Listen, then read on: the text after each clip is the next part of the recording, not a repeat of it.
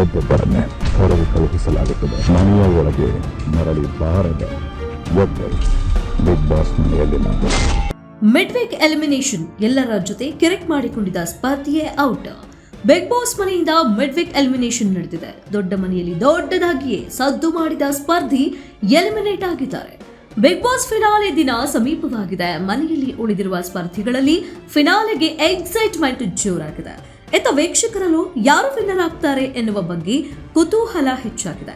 ಈಗಾಗಲೇ Dhanush ticket to finale ಗೆದ್ದು ನೇರವಾಗಿ ಫಿನಾಲೆಗೆ ತಲುಪಿದ್ದಾರೆ. ಗಿಲ್ಲಿ, ಕಾವ್ಯ, ಅಶ್ವಿನಿ, ರಕ್ಷಿತಾ, ರಘು ಹಾಗೂ ಧನುಷ್ ಅವರ ಪೈಕಿ ಒಬ್ಬ ಸ್ಪರ್ಧಿ ದೊಡ್ಡ ಮನೆಯಿಂದ ಆಚೆ ಹೋಗಲಿದ್ದಾರೆ.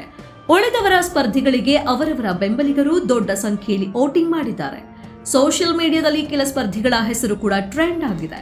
ಈ ನಡುವೆ ಮಿಡ್ ವೀಕ್ ಎಲಿಮಿನೇಷನ್ ಪ್ರಕ್ರಿಯೆ ನಡೆದಿದೆ. ಮಧ್ಯರಾತ್ರಿಯೇ ಒಬ್ಬ ಸ್ಪರ್ಧಿ ದೊಡ್ಡ ಮನೆಯಿಂದ ಎಲಿಮಿನೇಟ್ ಆಗಿದ್ದಾರೆ. ಈ ಮೂಲಕ ಫಿನಾಲೆ ಕೆಲವೇ ದಿನಗಳು ಇರುವಾಗ ಆಟ ಮುಗಿಸಿದ್ದಾರೆ.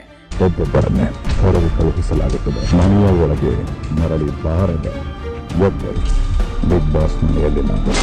ಮೂಲಗಳ ಪ್ರಕಾರ ದೊಡ್ಡ ಮನೆಯಿಂದ ಮಿಡ್ ನೈಟ್ ಧನುಷ್ ಹೊರತುಪಡಿಸಿ ಉಳಿದವರ ಪೈಕಿ ಧ್ರುವಂತ್ ಅವರು ಎಲಿಮಿನೇಟ್ ಆಗಿದ್ದಾರೆ ಎನ್ನಲಾಗಿದೆ.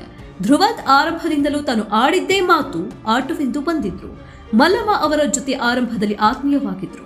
ಆ ಬಳಿಕ ಇತ್ತೀಚೆಗೆ ಅಶ್ವಿನಿ ಅವರ ಜೊತೆ ಆತ್ಮೀಯವಾಗಿದ್ರು.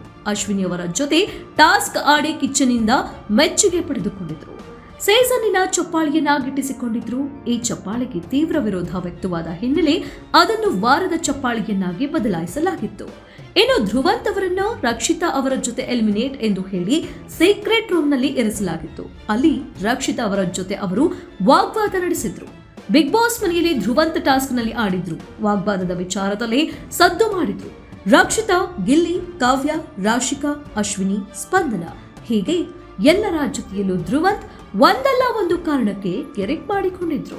ಒಬ್ಬೊಬ್ಬರನ್ನೇ ಹೊರಗೆ ಕಳುಹಿಸಲಾಗುತ್ತದೆ. ಮನೆಯ ಒಳಗೆ ಮರಳಿ ಬಾರದ ಒಬ್ಬರು ಬಿಗ್ ಬಾಸ್ ಮನೆಯಲ್ಲಿ ನಾವು.